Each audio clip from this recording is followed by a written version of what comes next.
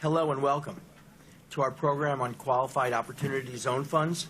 I'm John Schreier, the Director of Business Development with SS&C GlobeOp, and I'll be the moderator for today's discussion. In a moment, I'll make some additional introductions, then cover a bit of housekeeping, and then we'll get into the guts of the panel. As many of you know, the IRS was kind enough to just recently release the revised regulations. New set of regulations came out, I guess that was last Wednesday. So we've had a bit to do. Few people are aware, but the number of hits on the IRS website for the Opportunity Development Zones exceeds the number of hits on the websites for the Mueller report by 20%. So this is far more interesting things, and we're glad you're here to join us today. Joining me today to my direct left is Mark Leeds, a tax partner with Mayer Brown, followed by Gary Hekimovic, a tax partner from Deloitte, and Ryan Donovan, managing director at Jefferies. Mark is a partner in Mayer Brown's New York office, and his practice focuses on the tax consequences of a variety of capital markets products and strategies, including OTC derivative transactions, swaps, tax-exempt derivatives, and strategies for efficient utilization of tax attributes. And he has been incredibly active in the Opportunity Development Zone arena as of late. Gary is a partner in the Washington National Tax Office of Deloitte, and he is a member of the firm's Federal Tax Accounting, Periods, Methods, and Credits Group with more than 26 years of public accounting experience in federal income tax credits and incentives and related accounting methods and issues. The nature of the benefits that come with Opportunity Development Zone and Zone funds obviously is something of great concern to him. Ryan is managing director in Jefferies' investment banking division and leads the firm's Opportunity Development Zone effort, specializing in structured transactions, project finance, and tax advantage solutions. Before we begin, we'd like to mention a few housekeeping announcements. This program is being streamed live for those attending via webinar. The video is focused on the panel. Guys, remember, it's on us. So it's not on you. Feel free to scratch your head as you please.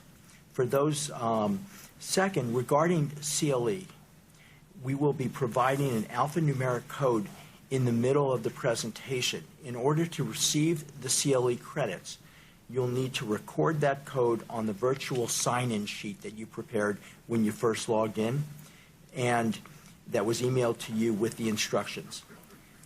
These forms are available also for download on the right-hand side of your screen under the resource list if you need them. Lastly, you may submit questions to the panel with the Q&A widget on the left side of your screen. If we are not able to respond to your questions via the Q&A feature, we will do what we can to try to get back to you by email with some answers and an according bill. For those attending in person, the CLE forms are with the materials in front of you, and you should fill them out with the time that you attended and leave them in at the back. With that said, let's get started, and I'd like to turn it over to Mark Leeds. Thank you very much, John. We're going to not follow the slides in the way that one would normally expect, because what's happened to us with the new guidance that came out is that so many extraordinary issues have been presented and some of them resolved that instead of going through what we thought we knew when we originally prepared the slide deck, we're going to try to focus on what's different and what are the opportunities and challenges that the new regulations present. So the way we're going to approach this is that we're first going to do a quick overview of the rules just to make sure that everybody's on the same page and can share both the vocabulary and the overall statutory structure. And then we're going to move very quickly to what the IRS has told us in the new 160-plus page regulation release that they gave us last Wednesday. Okay. So to begin, what are the Qualified Opportunity Zone rules and how do they work? They essentially allow people who have recognized capital gains to defer the payment of tax on those capital gains through 2026 by investing property or cash in a Qualified Opportunity Zone qualified opportunity fund in an amount equal to the gain recognized. In addition to providing the deferral of gain with respect to recognized capital gains, the statute actually has a second track. And the second track governs the investment in the qualified opportunity fund itself. And so the statute is extremely unusual in its construction and its operation because it's attempting to tackle two sets of issues at the same time. It's attempting to tackle the deferral with respect to recognized capital gains, and it's providing a second set of rules with respect to the investment in the Opportunity Zone Fund itself. So the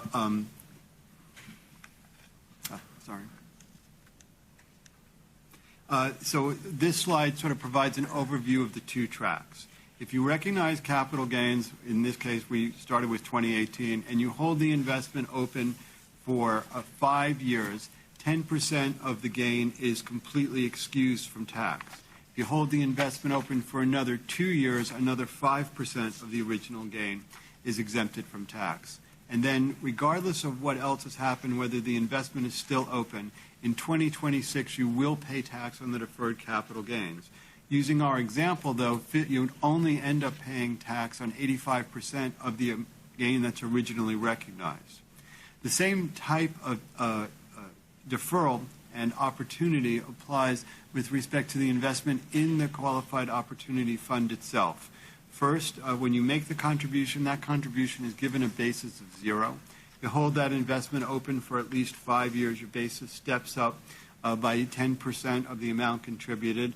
Hold it open for another 2 years and 15%. You get a basis step up of another 5%. One thing which I thought was really generous with respect to the new rules, which we didn't know originally, was that even though your basis in the Qualified Opportunity Fund will be 0, the IRS has now explicitly told us that you will receive outside basis for inside debt. In other words, suppose you contribute $100 to the Qualified Opportunity Fund, and your basis then steps down in the investment to 0 because that's the gain that's been rolled over. And the Opportunity Fund goes out and borrows more money. And your share of that allocable debt is $50. You get the $50 of outside basis, even though, which was an open issue. We really didn't know how that was going to work. And so they're very generous. That $50 of outside basis would enable the investor to claim losses, take distributions free from tax. And so I thought that that particular aspect of telling us that even though the basis rule is stepped down to 0 with respect to the basis in the Opportunity Fund goes to 0, being able to claim outside basis for debt incurred inside the Opportunity Fund, assuming it's a partnership, and because obviously you don't get outside basis for inside debt in corporate investments, creates real opportunities for being able to claim current losses with respect to the investment. So I thought that was a really, really favorable development. And Mark, one thing they also did clarify in this set of regs, and you see it on this slide, so with respect to the basis increase, in this example, the 10% basis increase after 5 years and the additional 5% after 7 years, the regulations actually provide an example that demonstrates that not only do you get basis, but your outside basis, your 704D outside basis, if you have suspended losses because you just had equity, you didn't have debt, like Mark's example, those suspended losses would be freed up after 5 and 7 years. So we are, finally we have a great deal of clarity, which causes most people that deal with in subchapter K some discomfort, the idea that you have different outside basis versus inside basis. These rules really, they do a lot what advisors expected, but they put in black and white in the regulations. And I think that they came out the right way for taxpayers on those issues, being able to use the basis step up and use inside debt to claim outside losses makes the Opportunity Zone funds even more attractive than simply because you're going to be able to defer or have the ultimate gain realized on disposition exempt from tax. With respect to eligible gains and eligible taxpayers, they told us the new regulation package has a rule for what we call Section 1231 gains. 1231 gains arise with respect to property used in a trade or business, as opposed to when you sell a share of stock or an other investment asset. And 1231 gains are unique from a tax perspective and provide a really taxpayer favorable rule, and that is that 1231 losses are treated as ordinary, but 1231 gains are treated as capital. What the IRS said in the new regulation package about Section 1231 gains is they're essentially going to be treated in the same way as straddle gains or other mark-to-market gains, and that is that you can't take your gross 1231 gains and roll them into a qualified opportunity fund. It's only the net 1231 capital gains over ordinary 1231 losses. And obviously that's not as favorable a taxpayer rule as if you could just count your gross gains. But in an offset to the fact that you now have to net 1231 gains against 1231 losses, they said since you don't know when you recognize a 1231 gain whether or not you're going to have a 1231 loss until the end of the year, all 1231 losses, all net 1231 gains are deemed to pass through on the last day of the taxable year. And as we went really quickly through the intro, but it's sort of worth backing up here just for a minute to say that in order to take advantage of the Qualified Opportunity Fund rules, the investment has to be made into the fund within 180 days after the recognition of the capital gain. And so by allowing you to treat the net 1231 gains as coming through on the last day of the year, that gives you until June 30th of the succeeding year in order to make the Qualified Opportunity Fund investment. So let's take a scenario where someone is disposing of a large piece of equipment that he knows he's going to have a gain from and can either time or knows he's not going to have any ordinary 1231 losses during the year. Even though that person doesn't expect to and may not have any ordinary losses, he's still going to get until December 31st to make that investment and have the next 6 months in order to find the right investment. So it increases the lead time for finding the right investment for investors who are interested in taking advantage of the Qualified Opportunity Fund rules. I think this is important clarification. A lot of comment letters were submitted to the government and asked for either disaggregate and let us treat 1231 gains as though they were capital, even though they're not, until they're netted, or give us a rule that measures 180 days from the end of the year. So fortunately it's the sensible answer that the taxpayer determines the character, and once that character is determined as capital gain, then 180 days tolls from the end of that period.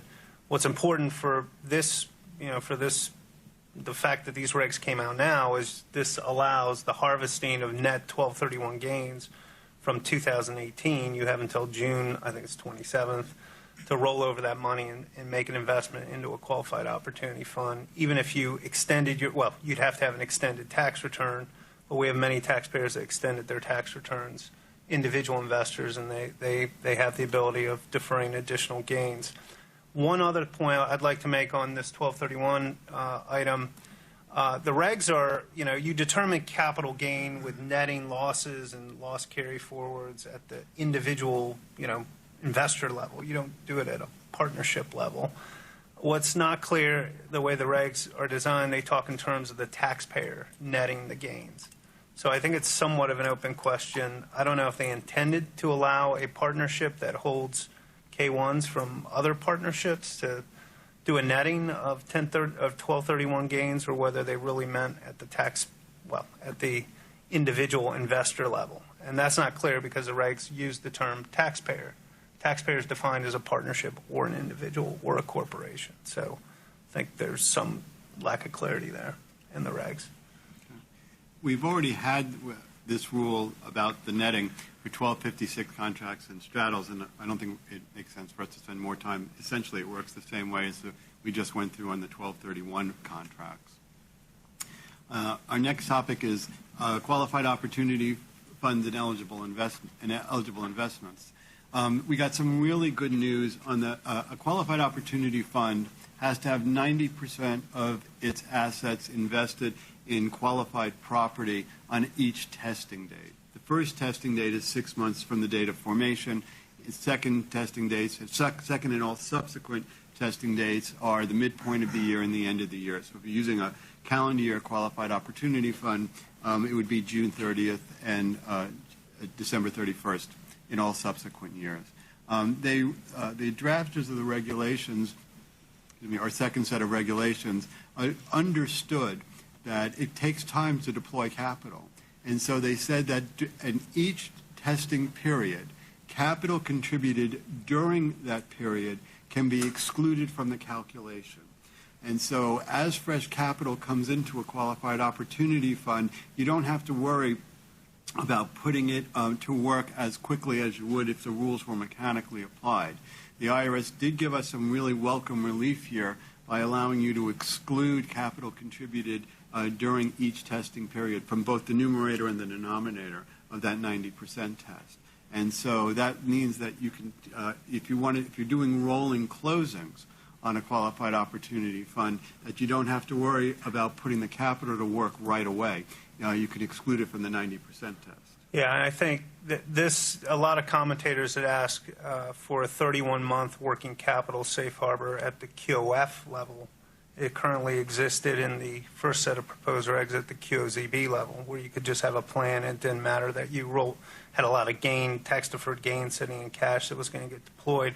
The government rejected that approach, but they did give us this 6-month rule. That effectively, I'll give an example to sort of illustrate this.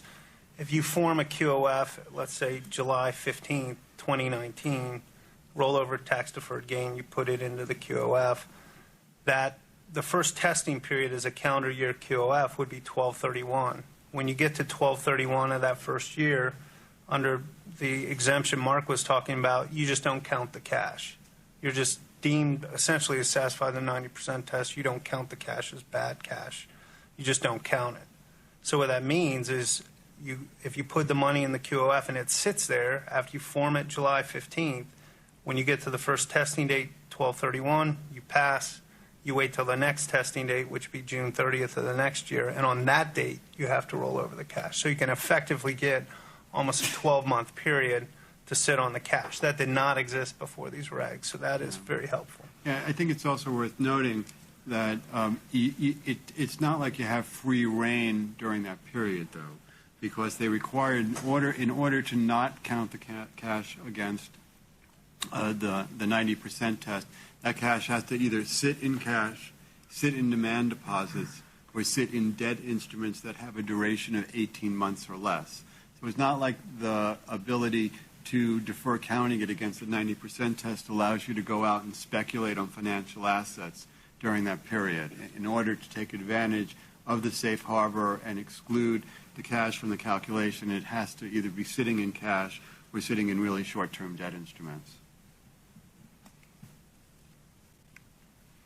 So pre-existing entities, this concept of a pre-existing entity counting toward being able to do a QOF investment has really come home to roost in the proposed regulations, because mostly when you use a pre-existing entity, what you're going to end up with is what they so-called mixed fund.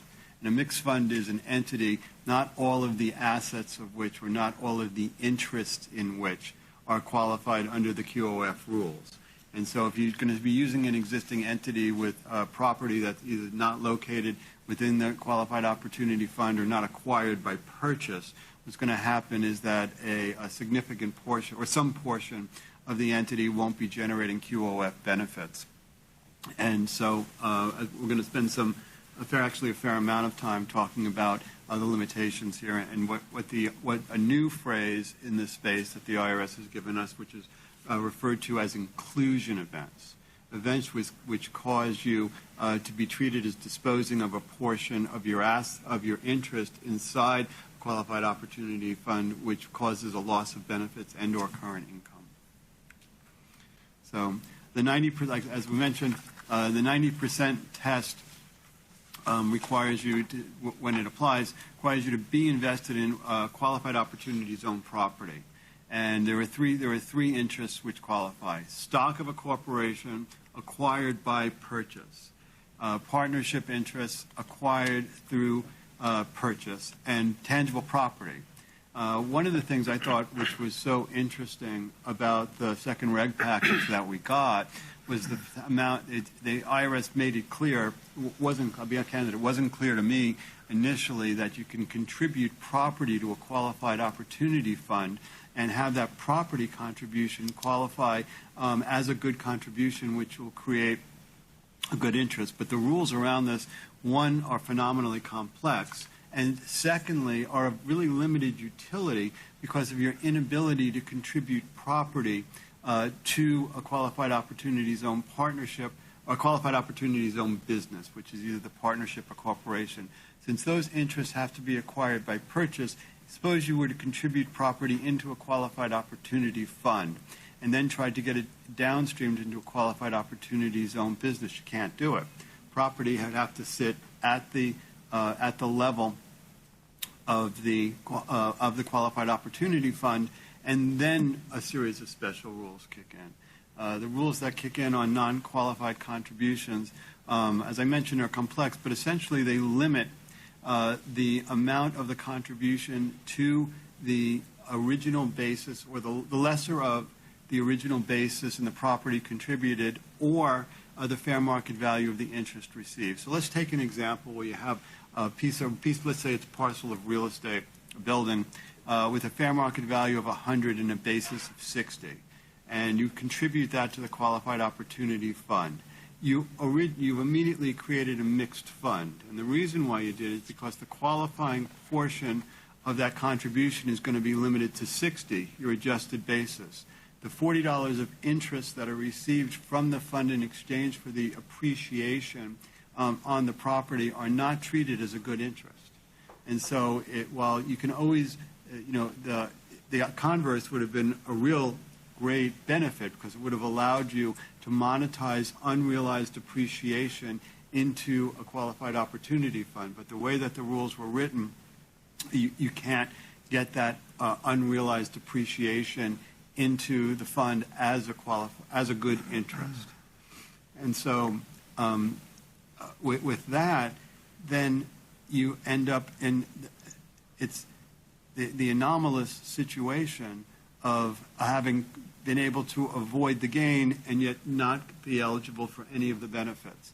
And so suppose you try to, and Gary and I were spending actually a fair amount of time trying to work through a rule that says, suppose you tried to trip the gain on the way in. Suppose it's not a good 351 contribution or it's not a good 721 contribution. You figured out how to make the contribution taxable so that you'd recognize that $40 of gain. You'd be indifferent to the recognition of the $40 of gain if that $40 of the gain could then be rolled into the qualified opportunity fund, right? You wouldn't care that you had a gain recognition event if you could get the benefits of the 15%, ultimately the 15% exclusion, and at the same time kick the can down the road to 2026. But unfortunately, I'll put it this way, there's a less than clear regulation that was issued, which there's no discussion in the preamble whatsoever, which says that if you contribute property to a qualified opportunity fund and receive an interest in the fund and trip the gain at the same time, that gain is ineligible for rolling. Now, I guess it's been no secret that we've been working with, and both firms have been working with a huge number of structures in which people sell property into a QOZB, a Qualified Opportunity Zone business, or sell it into the QOFB, take back cash, and then roll the gain. It appears anomalously that strategy could still work. The question that I think the question that you're facing with that strategy is whether or not the transfer of the cash to the investor had independent significance. Right? If the transfer, suppose you sell, same facts, you got the property worth 100 and a fair market value of 60, and let's put aside the related party sale prohibition just for a moment, and you sell that property into the Qualified Opportunity Zone Fund. You recognize the $40 of gain, got $100 of cash in your hands, and you take all that $100. You have $60 of deferred gain from stock sales, and now you have $40 of gain from the recognition of the sale of the real estate. Can you roll that $100 into the Qualified Opportunity Fund still get the benefit of the deferral and partial exemption on the 60, but now also get the benefit of the deferral and exemption on the 40. Well, ostensibly, the way that the regulation is written, it looks like you can. But the question is whether or not the receipt of that cash had independent significance. And by that I mean, if you're bound, let's say you're bound to contribute, or there's no other choice the way the structure is done for you to roll that $100. Well, it could very well be that the $100 of cash is considered to be just a part of a step in the overall transaction and is ignored, and you're treated as receiving the interest in the qualified opportunity zone in exchange for the property. If that's the case, then you have a prohibited contribution, and you wouldn't be able to defer the 40. So there are some.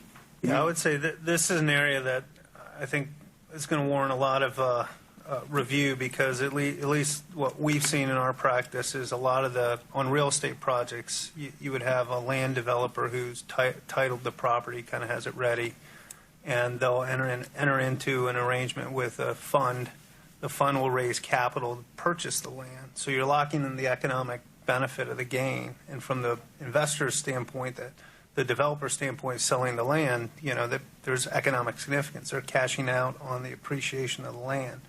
What happens in that case, though, or at least in many of the cases as they've been structured, is that investor who sells out of the land will take a less than related party interest in the qualified fund, and they'll take the cash.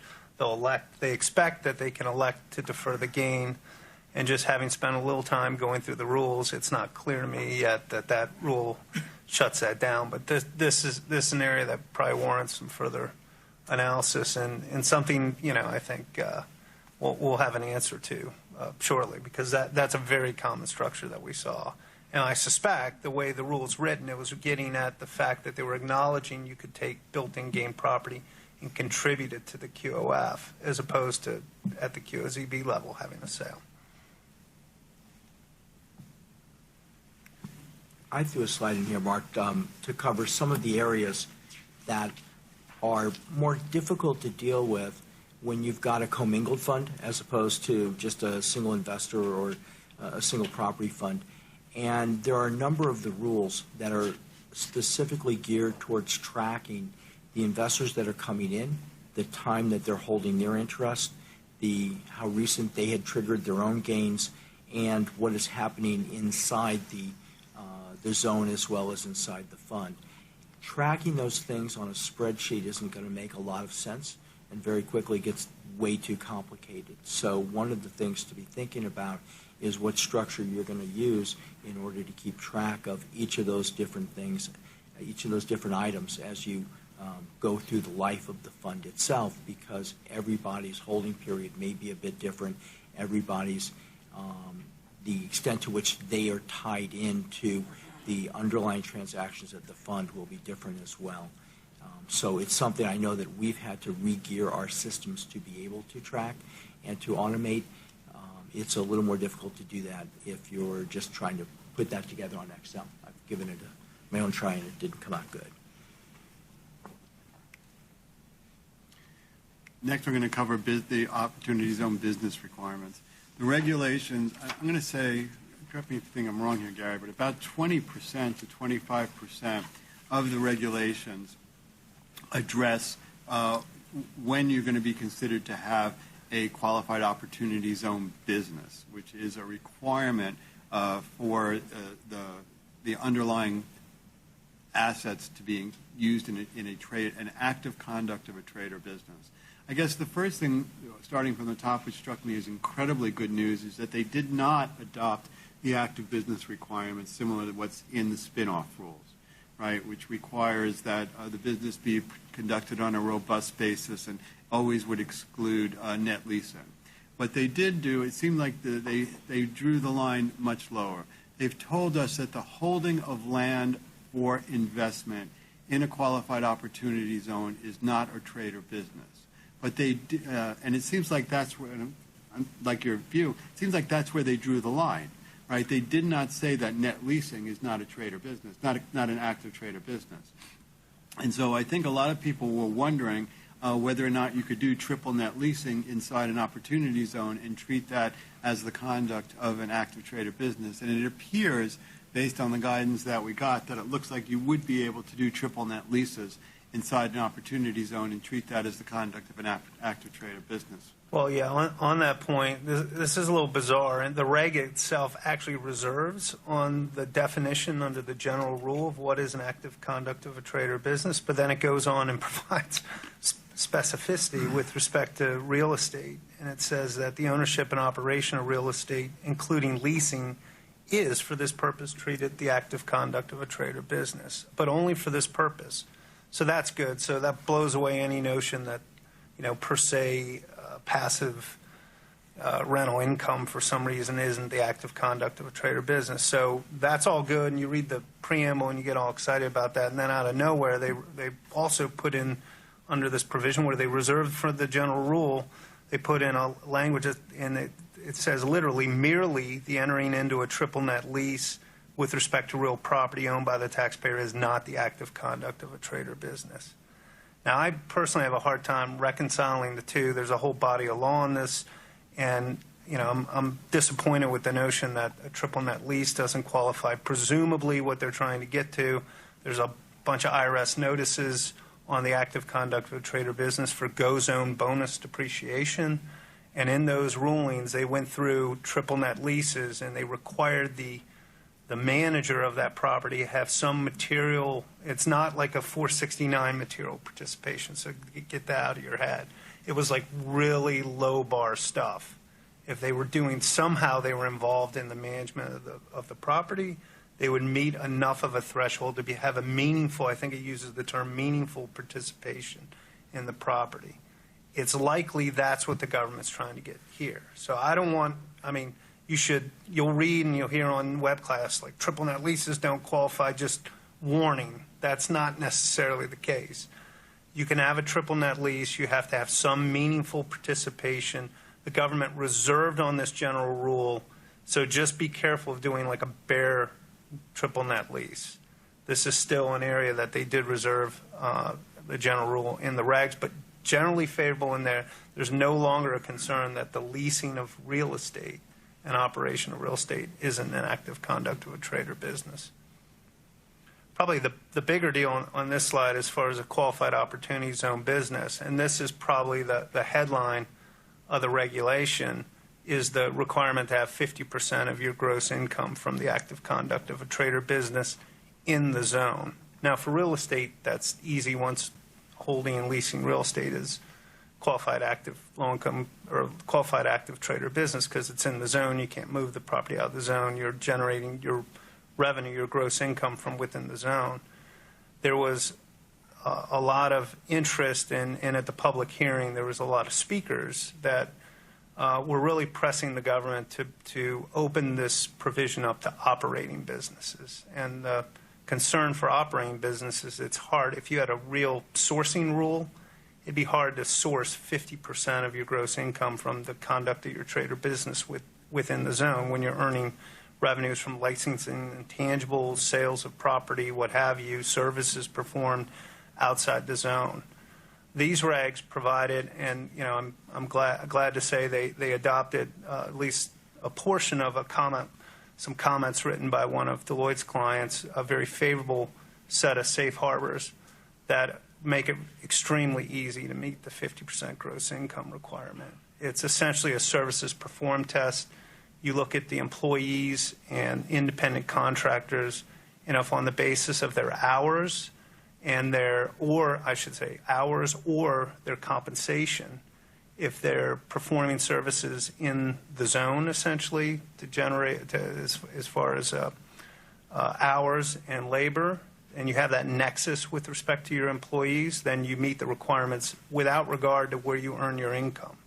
So that's a really big deal. And then there was a third safe harbor that was put in there, and they gave a landscaping example, which I think is a good example, where they say if you have tangible property in the zone, even though you're providing services outside the zone, in this case, a landscaper who has a headquarters, they manage their operations from inside the zone, but they spend all day with their trucks on the lawns in the nice part of town fixing up everyone's lawns and then they come back, that would satisfy this third safe harbor.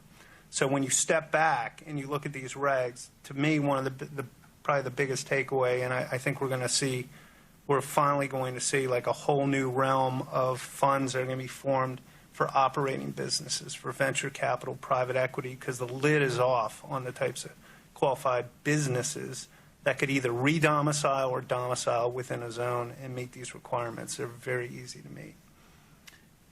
It's also worth noting that the rules do take into account the activities of independent contractors, and that has the potential of blowing up someone, right? And the reason why is because you just are not going to be able to have the kind of records about if you're hiring independent contractors into the business where those services are performed, whether or not the independent contractor itself is his employees are going to be treated as, or going to be performing services within the zone. If you get audited on this issue, you certainly would be able to establish where your employees are performing services, but it would be highly unusual in a true independent contractor situation to know where the independent contractors themselves are performing services.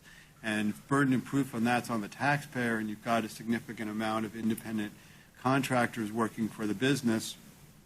You may not be able. Take the landscaping example, which they gave us Suppose that you were trying to qualify that business based on compensation or services performed. You wouldn't be able to do it to the extent that the guys doing this, performing the landscaping services themselves are independent contractors, and you don't know where they're working from.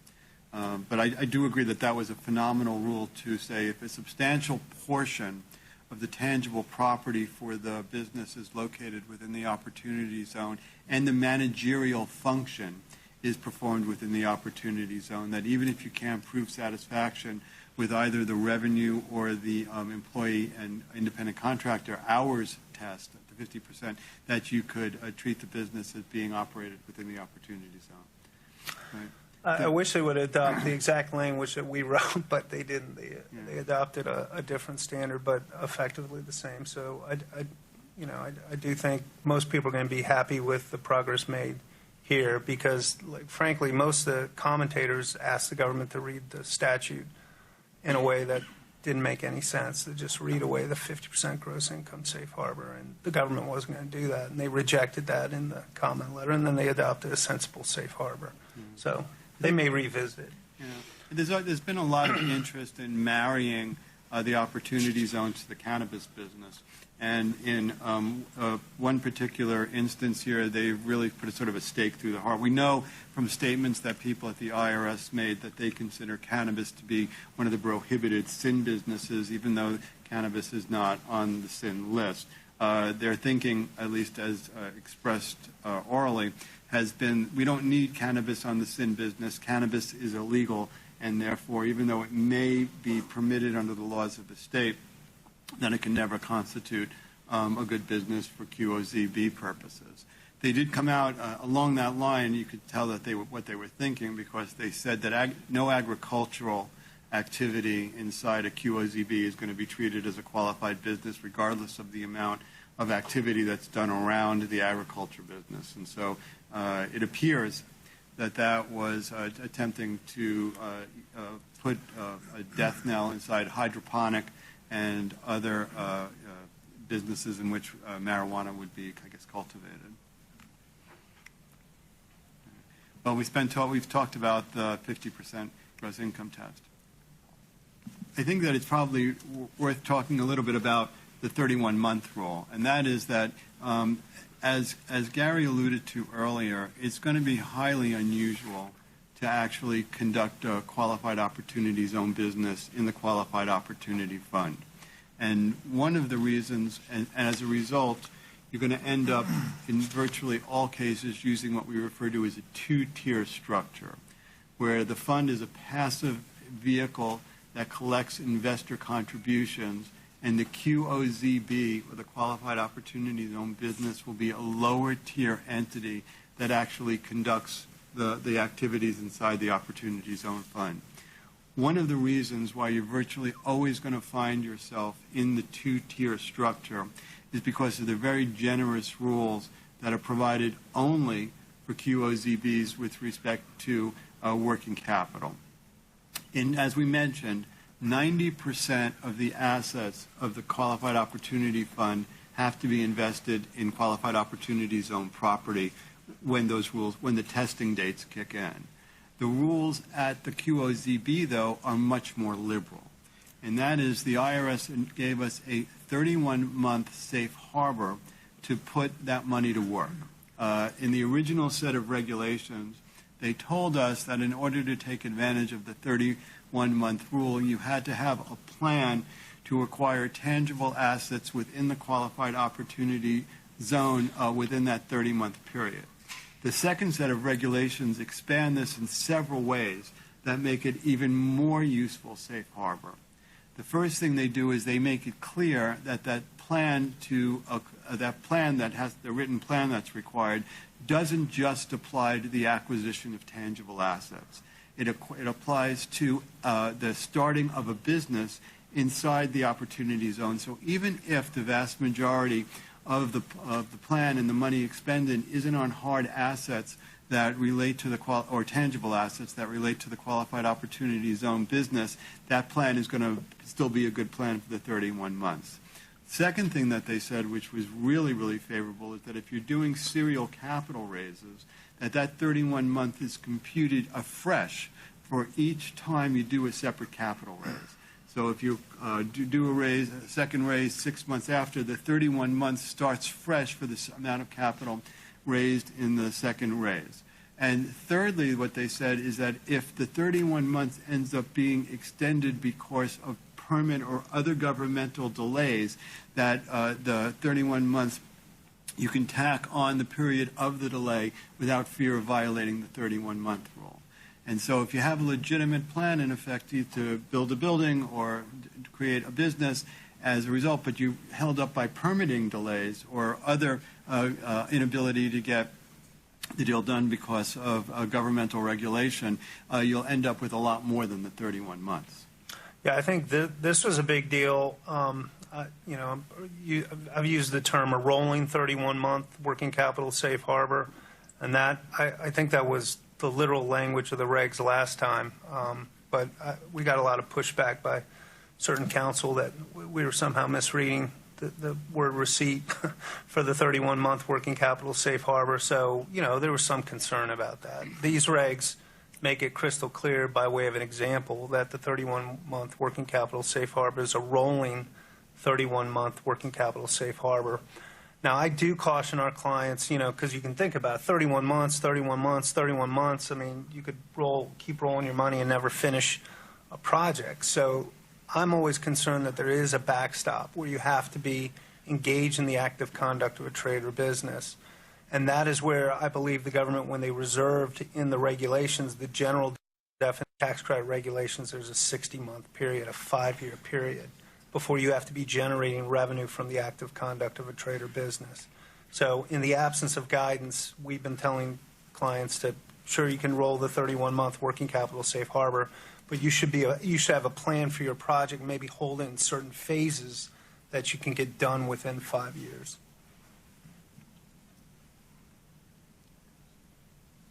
Sure, we have a question from the audience. Did they define delay? Because there's normal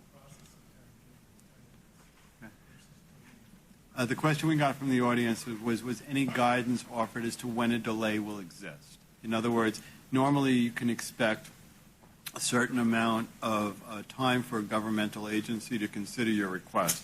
So what does it mean for there to be a delay? I think that's an open issue. In other words, if you budgeted a week to get a governmental permit that normally isn't issued for 6 months, and then you say, well, I get an extra 6 months because I budgeted a week, I would think that might be pushing the envelope a little close to the edge. But if you budgeted a reasonable period of time based on prior experience and can demonstrate that, and then the actual amount of time takes longer than a reasonable budget, I think that would qualify. But no, I think that they, by not providing guidance on this, they sort of left you to shadow box. And so as a result, I think that you'd have to take a reasonable approach as to what's the amount of time you expect the permit to come in on. Yeah, my concern with that provision is so narrow as it's drafted, just approval of government approval, that, I know, well, it's very likely, at least, that commentators and for the final set of regs are going to try to add additional events that are outside the control of the developer, because government permits are only one thing. There may be all kinds of other things outside the control of the investor. And there's precedents, a lot of the comment letters talked about this, but there's precedents in the area of the renewable energy industry. When you build a wind farm, there's a 4-year requirement before you have to be completed with construction. And the government wrote a laundry list of permissible disruptions that would allow you, if you fall outside that period, not necessarily to tack on, but you wouldn't be viewed as having failed it because you had one of these things outside your control. So I expect this will get revisited because, the language is pretty narrow the way it's construed in the reg.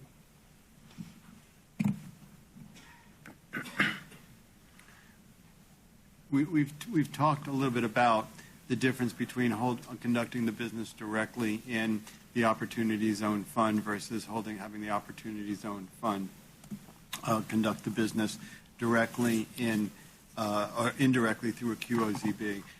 There's a really interesting example in the preamble that sort of bears on this, where they conclude that in the rules as written would allow property to qualify as good qualified opportunity zone property, even if only 40% of the use of that property is within the qualified opportunity zone. They start by, and this slide sort of goes to that piece of it. You start by saying, okay, 70% of the use of the property has to be in the qualified opportunity zone. And it has to be used in the qualified opportunity zone for 90% of the life of the property. And then it only has to be generate 90% of its income from within the qualified opportunity zone. And so when you multiply the 70, and I think I missed one of the ones as well. So when you multiply the 70 by the 90 by the 90, and then there's...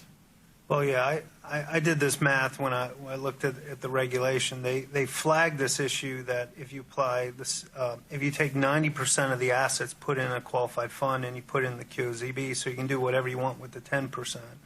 And then you look at the 70% that's put in, that if you only have to have 70% of that is being substantially all used in the trade or business, and you only had to have it for 70% of the holding period, that when you impute that, you come up to just over 30%. And the government said, we think that that's not the intent. The intent is that you're going to use this capital and it's going to have more permanent investment. And that is their justification for, they use 70% for all purposes of what substantially all means in this section of the regs, except for the holding period. So, to have qualified opportunity zone business property, it has to be 70% of the property has to be used over a 90% holding period as a qualifying asset in the zone. So that gave that was the justification for the government providing a 90% requirement. So I always go back, if you just want to read like this, it's best to just read the statute and replace the terms. The term qualified opportunity zone business property means tangible property used in a trade or business of the QOF or QOZB if during 90% of the QOF or QOZB's holding period for such property, at least 70% of the use of such property was in the qualified opportunity zone. So that was the big thing we didn't know, what the holding period was, and they did choose a higher 90% requirement. For real estate, this doesn't matter. Real estate's going to meet it every single time. The only time this becomes an issue is you're dealing with tangible personal property that is both used inside and outside the zone. So, effectively, I don't see this being a big deal for real estate, perhaps for operating businesses that have tangible property inside and outside the zone. Then this rule may matter, and frankly, it's going to be a little complex to confirm qualification. And the complexity, I think, is compounded by the fact that the test is done on an asset-by-asset basis. The IRS acknowledged that the approach that it took of going on an asset-by-asset basis made the record-keeping close to unadministratable for certain businesses, and said that they'd be willing to consider aggregating assets for purposes of this rule. I think what that's going to ultimately mean, though, is that if you have they're going to end up using something like the letter ruling process. That if you're outside of this test on an individual asset basis, but that you're within it on the business taken as a whole, they might offer individual relief. So maybe if they issue a public ruling, which gives you an idea of when you can be outside it, or they take to the private ruling process and respond to taxpayer specific requests. But right now, it's on a asset by asset basis. I would note it's not fully inadministrable. The systems do track each of the individual assets in hard asset classes in the accounting system. So it is possible to report out. It does mean someone's got to be actually telling their administrator what is happening to the asset, but we can track it once we have the info. Got it. Okay. We talked about the fact that certain businesses which have been designated sin businesses are ineligible. I guess the sort of, as I discussed, the big issue here is for the cannabis industry, and that's sort of received most of the attention. But I think the list is otherwise easy to read. We gave the CLE information. So now moving on to qualified opportunity zone business property. The good news is, and Gary and I spent a fair amount of talking about this, there's a requirement for qualified opportunity zone business property that the original use of the property commence within the opportunity zone in order for the property to be treated as good QOZ, qualified opportunity zone business property. And I found the descriptions a little complex personally, but there's definitely an opportunity for used property to be treated as qualified opportunity. It doesn't have to mean new property. Yeah, so for real estate, you can just follow the normal original use requirements. The first use to which the property is put in the zone is going to be when you finish constructing a building and it's first placed in service.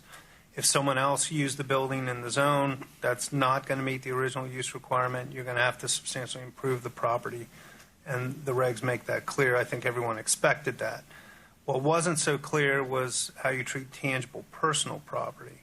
And that's where the regs have adopted, I'd say a looser standard. So it's not the first use to which property is put, period, has to be in the zone. You could have used property that was used outside of the zone, and it could be acquired by the QOF or QOZB. And if it's the first time in which that property becomes depreciable or amortizable in the zone, then that can be qualified property. So that was made clear in the regulations as well. Although, like many things in these regs, don't rely on just reading the preamble because if you just read the preamble, you might miss it. You really have to read the operating rules. The preamble in places is not as accurate as it probably should be. I think one thing which is really interesting about the rules for real estate is that if a building has been unoccupied or unused for a 5-year period, it's treated as newly put to use. So if in general, the use has to commence with the qualified opportunity zone business or fund or meet the substantial improvement test. If the building hasn't been used for the 5-year period prior to the time that it's acquired by the qualified opportunity zone business, it's treated as new use and you wouldn't have to meet the substantial improvement test. I think probably for me, what I found most astounding was the degree of specificity with respect to leased property. We previously had no guidance whatsoever on how leased property figured into the determination of qualified opportunity zone business property. And so the detail of these rules is I think personally very, very helpful. Suppose and Ryan and I have looked at a number of cases where the operator of the real estate didn't want to sell and was going to lease it to the qualified opportunity zone fund or the qualified opportunity zone business. The rules provide 2 mechanisms. First, the leased property does count, even though it's an operating lease. that will count as qualified opportunity zone business property. And you can it gets onto your balance sheet for this purpose in one of two ways. Either you can use book value, or you can come up with the present value of the lease stream, depreciating the lease payments at a federal government borrowing rate, a famous rate known as the applicable federal rate. It's likely that, at least, I guess depending on the facts, the use of the present value of the lease payments depreciated at the applicable federal rate is going to result in a higher value and therefore make it more likely that you qualify for the benefit. If you go with, instead of using book value, the discounted present value of the lease payments, you have to make that election when you acquire the property. You can't flip back and forth. If you start, though, on the other hand, using the applicable federal rate, you can flip over to book value, but you can't do it the other way. So it was sort of an interesting twist in the regulations. And you can obviously, there are a couple of really beneficial rules. First is that you can lease property from a related party without it being treated as a disqualified investment. Secondly, the original use requirement is not imposed with respect to leased property, so that creates more opportunities. And thirdly, what was my third point? So this is the area of the regs I read probably 6 times before I felt like I understood what the heck they were trying to do. So, I would look at this carefully. There's a tendency to say, because the headline is you don't have to substantially improve or originally use property, you just have to lease it and it qualifies. Well, that's only partially true. So property, if it is acquired by lease, it has to be a lease that's entered into after 12/31/2017. That's the first requirement. The second is the lease has to be at a market rate, period, whether it's related party or not related party. So that's important. Once you get there, then there's a whole set of additional rules if it's a related party lease. And in that case, there's restrictions on prepayments under the lease. There's a requirement to do a valuation on the testing dates so that if you have leased tangible personal property, that can qualify without original use because you don't own it, you're leasing it. And you can also, you don't have to substantially improve it. But then you have to hold other tangible property. And it's got to be greater than the amount of the leased property using these valuation principles. It will get complicated to do that analysis. And then it goes through methodology valuations, and they apply original use rules the same as they do the way we described them a little earlier with respect to the other tangible property. So I guess my takeaway is, it's hard if you just read the headlines, like actually figuring out the leasing rules takes a little time. My big step away is, what they were trying to do was allow you to do ground leases of land. Great. We can do ground leases of land. Super. And they wanted to allow you to do leases of tangible personal property. They got comments from tribal governments where they can't take ownership, so they have to lease. So the government was very sensitive to allowing leasing structures to work. But remember, and this is like always my check, like if you're going to step up to fair market value at the end of the 10-year holding period, you want to have a fee ownership in the property. If it's leased, you might get qualification for QOZB purposes, but guess what? You don't own the property. You're not going to get the step up. So I'd be very cautious. Like all my clients are like, oh, you told us not to put us into a leasing structure. Why'd you do it?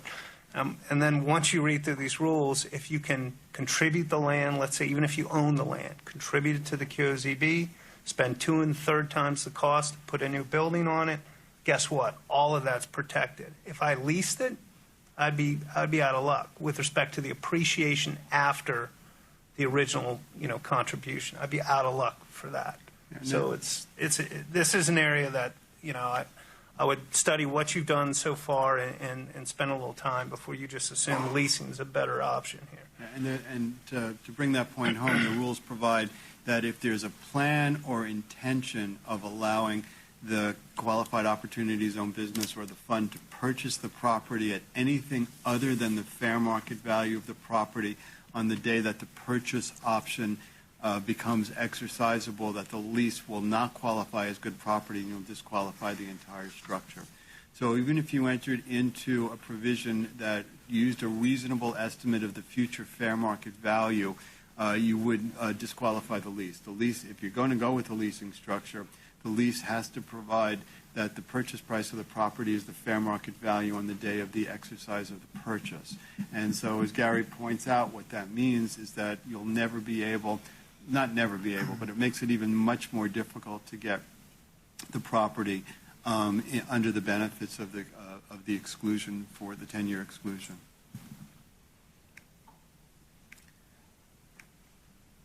They did write, I'll say this before we finish leasing, they did write a special rule for tenants that to the extent that they have leasehold improvements with respect to their property, that those leasehold improvements are treated just de facto as satisfying the acquired by purchase and the original use requirements. So that was intended to be tenants when they come into a building and they do a fit out, they get to count that property as qualifying property under the lease. There wasn't much in the second set of regs on the substantial improvement test.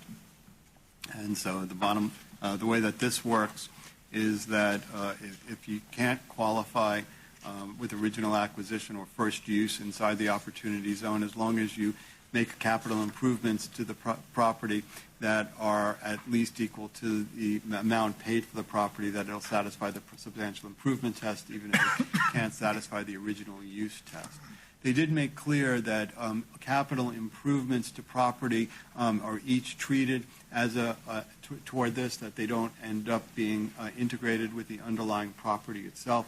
So all capital improvements made will enable you to qualify toward the substantial improvement test. And in the revenue ruling that they issued in connection with the original set of regulations told us that comparison is made against the value of the building alone, not the value of the building and the land. So you exclude the land from this test.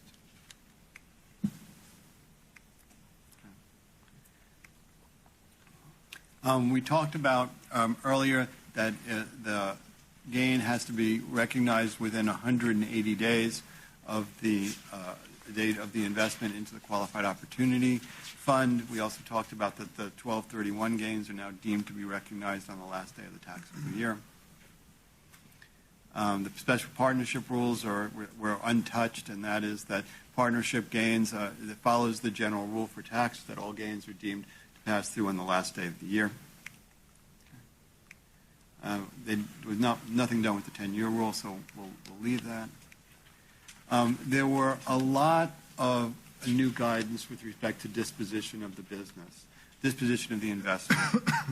And the way that the general rule here is that if you dispose of your interest in a qualified opportunity fund before the deferred gain is recognized, deferral period at that time. Previously there was no rule or no exemption for what happens if the Qualified Opportunity Fund itself disposes of the QOZB, the Qualified Opportunity Zone business. We got an unbelievably favorable set of rules here, which says that if a Qualified Opportunity Zone, a Qualified Opportunity business disposes of its interest in the Qualified Opportunity Zone, that you have 12 months to reinvest in another deal without ending the deferral. So if you have a Qualified Opportunity Fund and you have multiple deals underneath, we have a single deal underneath, and you get an incredible offer prior to the date in which you would otherwise be, before 2026, you can dispose of that. You will pay tax on the disposition gain. The second set of regs make that 100% clear, but then you have 12 months to find another investment and continue to have the deferral opportunity. Right. I think the other point there is that the rules would still allow you, if you have gain and you get allocated gain, you get a step up in basis because you're paying tax. There is likely the ability to have some ability to distribute the cash back to the investors tax-free. It's just the original investment amount that has to remain invested in qualified property. So, a lot of commentators are asking the government for a rule that would allow you to compound your investment. Just sell property at a gain during the 10-year period, roll over all the money in the next project and the next project and the next project. And it's clear that that doesn't work. You pay tax. the government's interested in the original investment remaining reinvested in another qualified project. I think it probably makes sense here to pause and just talk about the carried interest rule. And the reason why that's so important is because for the developers, it's a critical issue as to whether or not carried interests would be eligible for the benefit of disposition gains from the investment not being taxable. And the IRS came out with a muddied rule, and the answer is no. So if everybody puts in money to the deal and you're the promoter and you have a carried interest with respect to the transaction, and there's an allocation of gain to you that otherwise would be exempt from tax under the qualified opportunity zone rules, that gain is not tax-free as to you.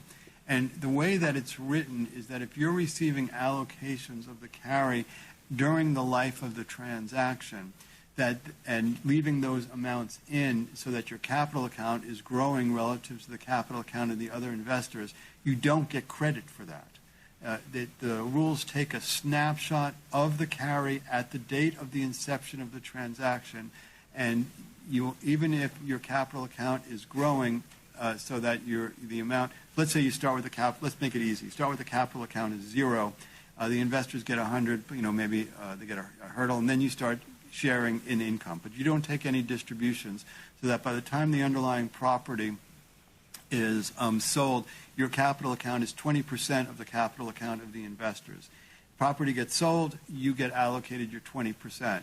Even though you had, and there's no book gain there, or even tax gain perhaps, because, well, there would be tax gain, but you have no book gain because your capital account is accreted up to 20%. You still will not get qualified opportunity zone benefits. You still will pay tax on that gain. Like I said, the rule's not written in the clearest way, but it's pretty clear that what they're doing is by taking that snapshot at the inception of the deal is not giving developers credit for capital account buildup during the life.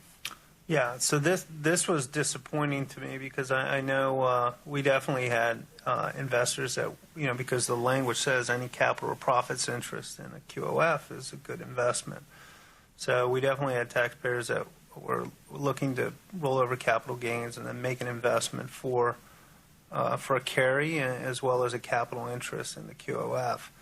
And at least what most taxpayers were doing is they were going at great pains to value so it wasn't directly for services. It would be a value of the profits interest itself, and then carving off some of the capital interest as being an investment, effectively a profits interest in the project. And I think the government maybe thought that was too complicated, and they just didn't want taxpayers to take advantage of a profits interest and playing games between what is capital and how you value a profits interest. So, this is an area where the regs seem to take a sledgehammer to carried interest, and I think a lot of people are going to reevaluate their structures where it certainly can have a carried interest at the QOZB level. That would be fine. But not but you're not going to get the benefits of the tax. It's not going to be tax-free. It'll just be like any other carried interest. So yeah, that's one of the bad things that was in these regulations. We talked about good things. Yeah, I think it probably makes sense, given the amount of time we have left, to turn it over to Ryan to talk about some of the issues that he's seeing in actually implementing deals. So we're going to go out of order. We're moving forward to slide 37. Yeah, I'm sorry, 30, 40. Project checklist. Yeah, the checklist. Was that 37? I'm sorry. 37. So I realize I'm at the end here. I'll go Okay, relatively sorry. quickly. So we've looked at about 3 dozen opportunity zone projects since Q4 last year. So underwriting the asset levels, unlevered returns, returned IRRs over 10-year hold. We launched our first opportunity zone project in the third week of December of last year. It's about a $70 million ground-up project in the Midwest. We're raising about $20 million of LP equity. We got to an agreement with the investor, with the LP equity investor, in the second week of February, and are still trying to close the transaction now. So it had complexities with HUD and a number of features that delayed it. But at this stage, we have 5 live mandates, which we're out with 2 actively marketing now. And so we spent about 3 to 4 months, I think, from launch to close is sort of the estimated time frame for Opportunity Zone projects. And so to go back to this list, it's page 37. This was drafted the last time we spoke before this last regulatory release. So a little bit of a snapshot of how a project is run, key things to evaluate. Many of them will not be surprising for a traditional, regular development real estate deal. Project economics, how different are Opportunity Zone projects versus market rate standard deals, and it varies. The early mover deals in the Opportunity Zones were the ones who were quite attractive. They were in motion long before the Opportunity Zone regs were released, so they were pretty traditional in terms of their yields and IRRs. We spent 3 months doing a tour of the family offices, ultra high net worth, corporations with capital gains that had experience investing in real estate to come up with essentially a database of likely investors at this point. So I think the whole entire market has done this for the past 4 or 5 months. At this point, there's a pretty well-defined investor base for Opportunity Zone projects. Like everything, there's going to be a whole host of criteria that different investors look at. So varies by asset type, geography, return metrics. There's state law implications to consider that I think we're sort of clarified now, that there's still state capital gains taxes that may drive you to a contribution versus a sale in some situations. This related party test is still a major issue. I don't think anything in the regs changed the related party test. No. So the same issue. There's at first blush, the first few weeks of any project you're evaluating, how are you going to set up the capital stack? There's an allowance for preferred equity that often is beneficial to these projects. I've generally found that Opportunity Zone projects are slightly less levered than market rate deals, and that in part is because there is preferred equity available with a 7 or 8% preferred rate of interest on the preferred equity, which isn't that much more expensive than construction financing, and it helps the project. I think we'll see now a greater likelihood of multiple LP investor deals. Our first deal was one investor, one asset. So now with the clarification on the recycling ability and some of the missing detail we now have, you'll see a lot more deals with multiple LP investors. We did clarify, there's been a fair amount of investors on the sideline waiting for this last reg release. I don't think they've digested it. We're still going through it. So I do expect the back half of this year will be very active. There's been a growing pipeline of Opportunity Zone deals for several months. At this point, there's sufficient clarity to move forward, and I expect this back half of this year will be quite active. There's a healthy debate about what are market standard fees and promote for Opportunity Zone deals. And I do think the one surprise in this release of the new regs was this, the promote is not entitled to the Opportunity Zone tax benefits. That's a disappointing development, but I don't think it'll change that much.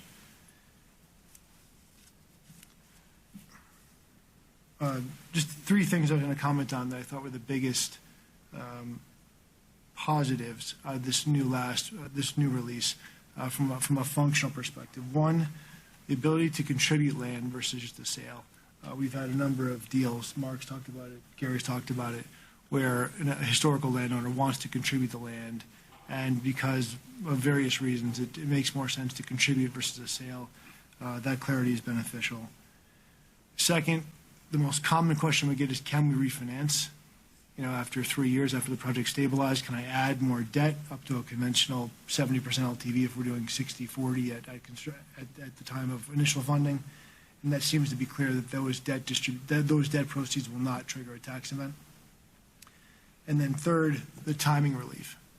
So if I understand this correctly, I think even for the initial QOF setup, if we have an investor who had a recognized capital gain, let's say it was in a partnership, so it comes out 12/31 of last year, they can put the money into a QOF before July 1 or June 30. And now they have 6 months of relief until that 90-10 test applies. That's correct. So that's pretty meaningful for a number of investors that have been searching for opportunities before June 30 of this year, but felt as though they may be facing a very near-term need for deploying down to a QOZB. So that's a very helpful component. Yeah, it's not quite as helpful for the last year's, because if you made the investment on June 27th, and you do get a break, your first testing date will be 180 days from June 27th. If you pick End of that the year. well, it will actually be right before the end of the year. Right. That's the problem, is that for that first testing date, you'll be fine, but once you get to 12/31, that special rule doesn't apply. So it really benefits the formation of funds after the end of June of this year. So it's going to have limited benefit, at least with respect to the gains on K1s for 2018. You still have the 31-month working capital safe harbor. So. And to the negative side, we talked about the need for bifurcation of the promote is the biggest headwind I see. So at this point, if there are any questions from the audience, we're happy to take them now. We were that clear. It's good to know. Right. Yeah, but we have back here. Oh, sir? It's probably worth restating the question. First, both to make sure that we understood it, and secondly, to make sure that everyone heard it. Currently, a business is operating within an opportunity zone as a hotel. Within the hotel, there are several separate businesses. There's a lodging business, there's a catering business, there's a restaurant business, I presume a laundry business as well. Typically what you'd expect to find in any full-service facility. The question that got posed is whether or not that business could be sold in a structure that would allow the investor to claim qualified opportunity zone benefits with respect to the existing business, and at the same time permit a rollover of as much equity as was possible, so that the existing owner could take advantage of the rules as well. Is that a fair summary? Well, I think the inherent problem with that example is the requirement for a QOZB is that the tangible property owned by the QOZB has to either meet the original use in the QOZ requirement or substantial improvement. In that case, assuming the hotel is currently resides in a QOZ, the property has originally been placed in service by someone other than the QOF or the QOZB in the zone. Therefore, that property will not be qualified as QOZB property, even if it's purchased from an unrelated party, unless there are substantial improvements to the property. And then you have to go through a property-by-property analysis of whether there are substantial improvements. So my quick answer would be no, that doesn't qualify for that reason.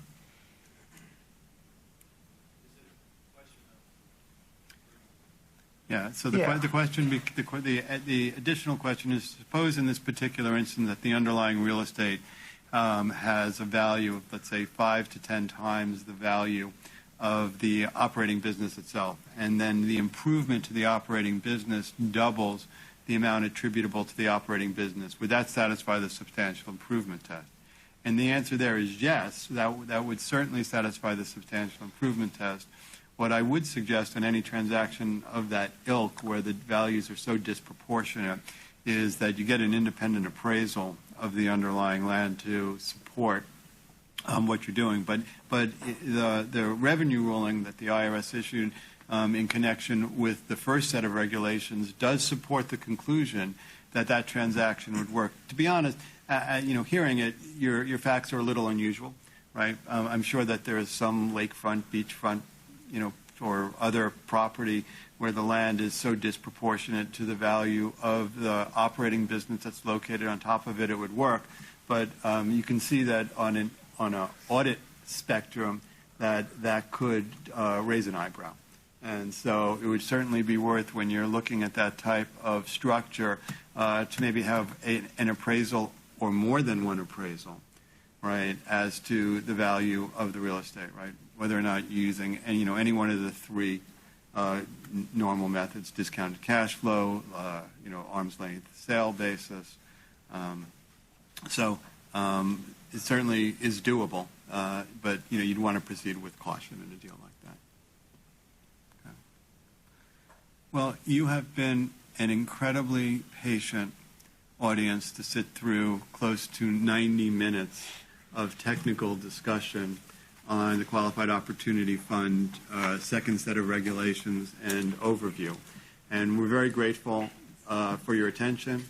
And that'll, I think, unless anyone has If you're joining us by the webinar, we will be sending around a link so that you can watch this again and again and again.